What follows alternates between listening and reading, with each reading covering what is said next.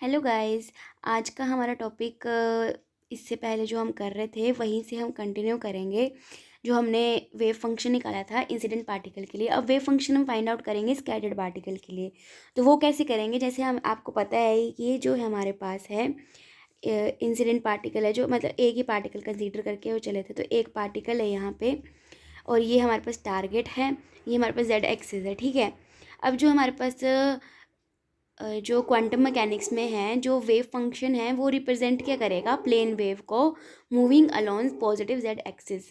इसका मतलब है जो इंसिडेंट जो बीम ऑफ पार्टिकल है वो जो है प्लेन वेव की तरह एक्ट करेगी। तो हमने वेव मैकेनिक्स में पढ़ रखा है कि अगर प्लेन वेव जो है वो स्कैटर्ड करेगी अगर सेंट्रल पोटेंशियल से, तो वो जनरेट करेगी आउटगोइंग स्फेरिकल वेव, जिसकी हमारे पास इक्वेशन होती है psi scatter is approximately equal to e की power iota K R upon R. अब इसका मतलब मैं समझाती हूँ, ठीक है। जैसे हमारे पास ये जो पार्टिकल है उसको वो जो है प्लेन वेव की तरह, मतलब ये जो मैंने लाइंस बनाई हुई हैं, ठीक है, प्लेन वेव की तरह बिहेव करेंगी। तो प्लेन वेव में हमने वेव मैकेनिक्स में पढ़ रखा है कि जो प्लेन वेव होती हैं वो जो है मतलब कुछ जो है अनस्कैटर्ड पार्ट भी होगा, ठीक है। ये आप याद रखना, इसको मैं बाद में बताती हूँ। अनस्कैटर्ड पार्ट का भी हम एडिशन करेंगे, पहले देख लो। जो हमारे पास ये टारगेट है, टारगेट का अपना एक पोटेंशियल भी होगा जिसको हम लेके चले हैं सेंट्रल पोटेंशियल होगा कुछ V is equals to V R होगा। तो जब ये बोल रहे हैं वेव मैकेनिक्स में ऐसा होता है कि जब प्लेन वेव जो होती है स्कैटर्ड होती है यहाँ से, मतलब जब प्लेन वेव जो है यहाँ पे टारगेट के पास आएगी तो स्कैटर्ड करेगी, तो वो एक आउटगोइंग स्फेरिकल वेव जो है जनरेट करेगी, मतलब बहुत सारी आउटगोइंग स्फेरिकल वेव्स जनरेट होंगी। तो यही मतलब है इसका। अब इसकी थ्योरी डिस्कस कर लेते हैं। तो ये लिखा हुआ है कि क्वांटम मैकेनिक्स में this wave function represent plane wave, जो कि हमारा जेड एक्सिस की तरफ है। इसका मतलब कि इंसिडेंट बीम ऑफ पार्टिकल जो है हमारे पास प्लेन वेव की तरह बिहेव करेगा। और वेव मैकेनिक्स में हमें पता है कि जो प्लेन वेव होती है scattered by central potential V R, वो जनरेट करती है आउटगोइंग स्फेरिकल वेव, जिसका वेव फंक्शन हम लिख सकते हैं इस तरह से। अब हमें पता है कि जो स्कैटर्ड वेव होती है वो स्फेरिकली सिमेट्रिक नहीं होती है, मतलब जो स्कैटर्ड वेव होती है मतलब ये स्फेरिकली सिमेट्रिक नहीं है। It means its amplitude depend upon the direction theta phi along which it is detected and hence exact solution of wave equation for. अब जो हमारे पास स्कैटर्ड पार्टिकल के लिए वेव इक्वेशन होगी वो एग्जैक्ट ये होगी कि जाई scattered is equals to A F theta phi E की power iota K R upon R. इस इक्वेशन नंबर 9 दे देंगे, ठीक है। और यहाँ पे जो हमारे पास एफ थीटा फाई है उसी को हम बोलते हैं scattering amplitude. This solution is valid only when scattered particle is far away from the target, ठीक है। यहाँ पे जो हमारे पास ए है वो सेम वही अननोन कांस्टेंट है जो हमने पहले पढ़ा हुआ था, कहाँ पे, इंसिडेंट वाले केस में। यहाँ पे एफ थीटा फाइव को हम स्कैटरिंग एम्पलीट्यूड बोलते हैं, ये मैं आपको बता चुकी हूँ। This scattering amplitude is very useful to calculate differential cross section. इससे जो हम कैलकुलेट कर सकते हैं डिफरेंशियल क्रॉस सेक्शन और scattering total scattering cross section. कैसे करते हैं वो मैं आपको आगे बता दूँगी। अब जो मैंने आपको बताया था कि जो पार्टिकल्स होंगे सिर्फ स्कैटर्ड ही नहीं करेंगे, कुछ अनस्कैटर्ड पार्ट भी होगा, तो उसको भी हम जो हमारे पास इक्वेशन थी, इक्वेशन नंबर ई की power iota K R upon are वाली, उसमें कुछ एडिशन करेंगे और एफ थीटा स्कैटरिंग एम्पलीट्यूड भी था। मतलब इक्वेशन नंबर 9 जो थी उसमें कुछ एडिशन भी करेंगे। किस चीज़ की एडिशन करेंगे, अनस्कैटर्ड पार्ट की। तो quantum mechanically particles may be scattered और may not be scattered by the target, मतलब स्कैटर करेंगे भी या नहीं भी कर सकते हैं। सो कंप्लीट सोल्यूशन स्क्रोडिंजर का जो स्कैटर्ड वेव के लिए होगा उसमें अनस्कैटर्ड पार्ट भी हम ऐड करेंगे। और जो हमारे पास स्कैटर्ड पार्टिकल, अब जो हमारे पास जो most of general asymptotic solution R tend to infinity और स्क्रोडिंजर इक्वेशन 1 और 2 for the scattering problem can be written as, मतलब जो मैंने अभी आपको बताया वही मतलब है, ज़्यादा लिखने की ज़रूरत नहीं है, वही लिख के आना। तो हम जो कंप्लीट सोल्यूशन क्या होगा, हमारे पास दोनों इंसिडेंट और स्कैटर को हम ऐड कर देंगे तो हमारे पास कंप्लीट सोल्यूशन आ जाएगा। तो ये हमारे पास, इसको एक बार गो थ्रू कर लो, कुछ भी नहीं लिखा हुआ है, पुट्टी करिए वैल्यूज़ हमने, तो इक्वेशन नंबर 10 आ जाएगी। ये पॉइंट आपको समझ आ गया ना कि हमने यहाँ पे इंसिडेंट क्यों लिया। एक बार मैं आपको फिर से बता देती हूँ। ये बोल रहे complete solution of Schrodinger equation of scattered particle must contain solution of unscattered particle. मतलब अनस्कैटर्ड पार्टिकल कौन सा, जैसे यहाँ पे अनस्कैटर्ड पार्टिकल मतलब जो इंसिडेंट पार्टिकल हो रहा था, यहाँ से जो निकल रहा था इंसिडेंट पार्टिकल, उसी में मतलब यहाँ पे भी वो इंसिडेंट पार्टिकल ही तो रहेगा। मतलब उसका वेव फंक्शन थोड़ी चेंज हो रहा है, तो वही लिखा हुआ है मैंने। सो यही लिखा हुआ है यहाँ पे। थ्योरी आप खुद रीड आउट कर सकते हैं कि क्वांटम मैकेनिकल डिस्क्रिप्शन में कि जो टोटल वेव फंक्शन होगा वो क्या बताएगा प्रोजेक्टाइल की, कि उसमें दो पार्ट होंगे, एक स्कैटर्ड पार्ट और एक अनस्कैटर्ड पार्ट होगा, और उसकी इक्वेशन जो हमारे पास इक्वेशन नंबर 10 आ जाएगी। ठीक है, अब आगे हम जो है डिस्कस करेंगे डिफरेंशियल स्कैटरिंग क्रॉस सेक्शन और टोटल स्कैटरिंग क्रॉस सेक्शन के बारे में। तो डिफरेंशियल क्रॉस सेक्शन का अगर आपको क्वेश्चन आता है तो आप ऐसे लिखेंगे कि वो एक it is defined as an elementary area. मतलब जो हमारे पास इंसिडेंट पार्टिकल के सामने ये टारगेट के बीच में जो ये एलिमेंट्री एरिया है, मतलब elementary area in front of the target, जो जो मतलब यहाँ से जो इंसिडेंट पार्टिकल है वो तो 100% जो है यहाँ से अगर गया, यहाँ से जाएगा, तो मतलब स्कैटरिंग तो पक्का ही होगी। ऐसे हम इसको बोलते हैं डिफरेंशियल क्रॉस सेक्शन। यही लिखा है कि as an elementary area in front of the target such that if the particle hit, अगर पार्टिकल हिट करेगा विद इन दिस एलिमेंट्री, अगर इस एलिमेंट्री एरिया पे हिट करेगा तो स्कैटरिंग तो मतलब होके ही रहेगी, भगवान आके भी बचा नहीं सकता तुम्हें। ठीक है, इन क्वांटम मैकेनिक्स स्कैटरिंग एम्पलीट्यूड, तो यहाँ पे क्वांटम मैकेनिक में स्कैटरिंग एम्पलीट्यूड बहुत ही ज़्यादा इंपॉर्टेंट रोल प्ले करता है। वो क्यों करता है, जब आपको ये हर जगह डेरिवेशन में दिखेगा तो आपको समझ आ ही जाएगा। तो इससे जो है हम differential scattering cross section find out करते हैं। कैसे करते हैं वो मैं आपको आगे बताती हूँ। ठीक है, ये पॉइंट आपको क्लियर होगा मेरे हिसाब से। तो मैं आपको फिर से बता देती हूँ कि जो इंसिडेंट पार्टिकल है जब इस एलिमेंट्री एरिया से हिट करेगा तो मतलब स्कैटरिंग तो 100% होगी। ठीक है, इसी को हम बोलते हैं डिफरेंशियल क्रॉस सेक्शन। तो हमने क्लासिकल थ्योरी में भी पढ़ा हुआ है कि scattering differential scattering cross section को कैसे लिख सकते हैं। D theta phi is equals to D sigma upon D omega. D omega क्या है, यहाँ पे सॉलिड एंगल है। ठीक है, सॉलिड एंगल आपने बीएससी लेवल में पढ़ा ही होगा। तो I S upon I not into R square है। यहाँ पे D theta phi D sigma upon D omega क्या है, नोटेशन है डिफरेंशियल स्कैटरिंग क्रॉस सेक्शन के लिए। और यहाँ पे आई नोट क्या है, intensity of incident beam of particle, और आई एस स्कैटर्ड की बीम इंटेंसिटी है, और आर क्या है, distance from the origin at which intensity of scattered beam has to be measured. मतलब जैसे यहाँ पे जो है हमारे पास इंसिडेंट, मैं पहले ड्रॉ कर लेती हूँ। तो हम आर क्या बोल रहे हैं, small R, distance from the origin, target को हम ओरिजिन लेके चले हैं, at which intensity of scattered beam has to be measured. मतलब यहाँ पे ऑब्जर्वर है, मतलब खुद को इमेजिन कर लो, यहाँ पे आप खुद देख रहे हो तो आप ऑब्जर्वर हो गए। तो मतलब प्रैक्टिकली तो ऐसा पॉसिबल नहीं है कि देख रहे हैं, तो ऐसे ही मतलब ऑब्जर्वर है, कोई इंस्ट्रूमेंट है। तो यहाँ से और जो टारगेट के बीच में डिस्टेंस होगा उसको हम स्मॉल आर लेंगे। ठीक है, ये ओरिजिन लेके चलेंगे टारगेट को। ये हमारे पास इंसिडेंट बीम आ गई, इसकी जो इंटेंसिटी है आई नोट है और इसकी आई एस है। तो ये तो हमने ऊपर जो पढ़ा वो तो हमने पहले से पढ़ा हुआ था क्लासिकल थ्योरी में।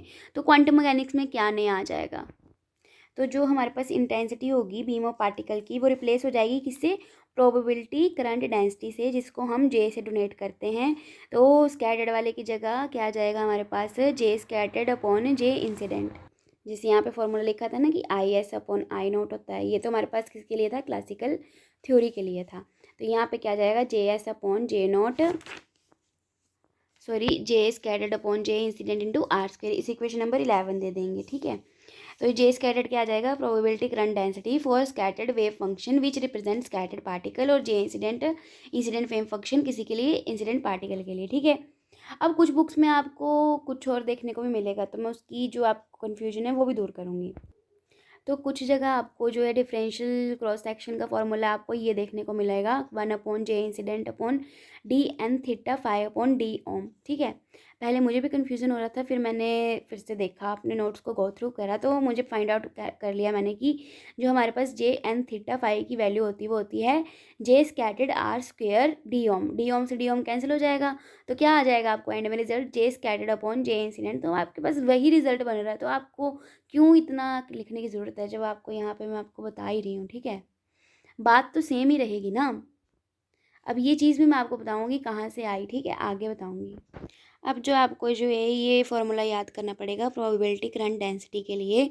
बस ये एक चीज़ ही याद करनी है, बाकी जो चीज़ें आसानी से निकल जाएंगी कि H cut upon 2m iota, ये हमारे पास कंजुगेट इसका वेव फंक्शन का डेल और वेव फंक्शन आ जाएगा, और यहाँ पे भी वेव फंक्शन डेल उसका कंजुगेट। ठीक है, ये हमारे पास होता है formula to calculate probability current density निकालने के लिए। ठीक है, अब कैसे यूज़ करेंगे हम इसको, यहाँ पे यूज़ करेंगे as we know that wave function for the incident particle.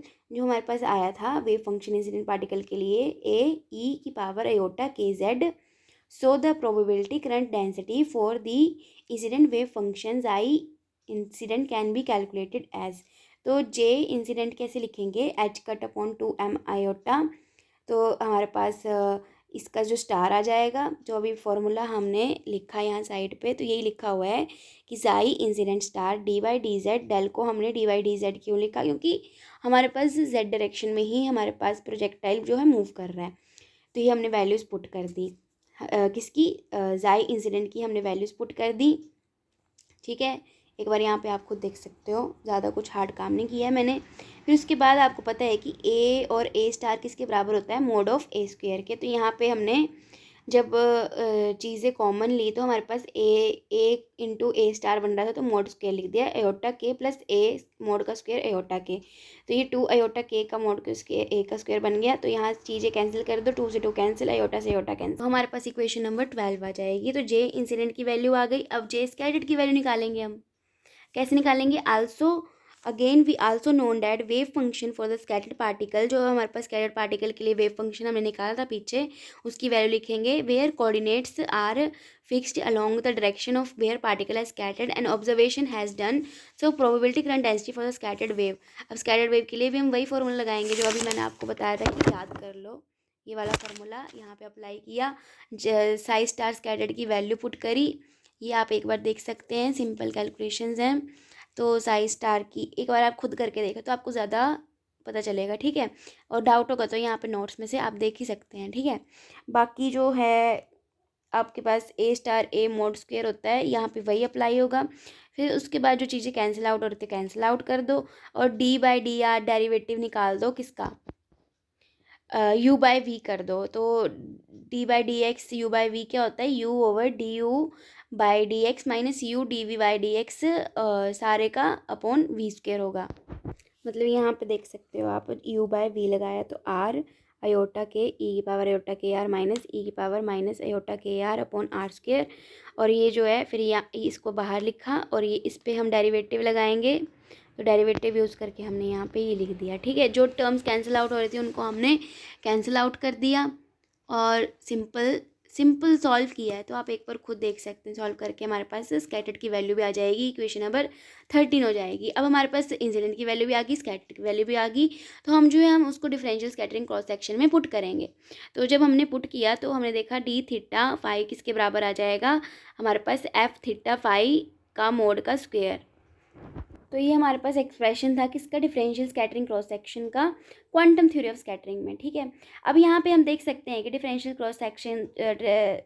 Scattering cross section किसके बराबर है, स्क्वेयर ऑफ स्कैटरिंग एम्पलीट्यूड के एफ थीटा फाइव। तो हम देख सकते हैं कि अगर हम स्कैटरिंग एम्पलीट्यूड फाइंड आउट कर लें, तो अगर हमें कैलकुलेट करना है डिफरेंशियल स्कैटरिंग क्रॉस सेक्शन, तो हमें स्कैटरिंग प्रॉब्लम हमें क्या चाहिए, स्कैटरिंग एम्पलीट्यूड चाहिए एफ थीटा फाई। इसके लिए जो है हमारे पास दो मेथड्स हैं। हमारे पास एफ थीटा फाई को स्कैटरिंग एम्पलीट्यूड को फाइंड आउट करने के लिए हमारे पास दो मेथड्स हैं, पार्शियल वेव एनालिसिस और बॉर्न अप्रॉक्सीमेशन, इनको हम थॉरली हम स्टडी करेंगे, लेकिन थोड़ा थोड़ा बता देती हूँ कि इस मेथड में होता है कि अगर if we want to calculate scattering amplitude for scattering problem, तो हमें अज्यूम करना पड़ता है कि इंसिडेंट पार्टिकल की जो एनर्जी है बहुत लो होती है target with respect to target potential, और टारगेट पोटेंशियल जो होता है हमारे पास स्फेरिकली सिमेट्रिक होता है।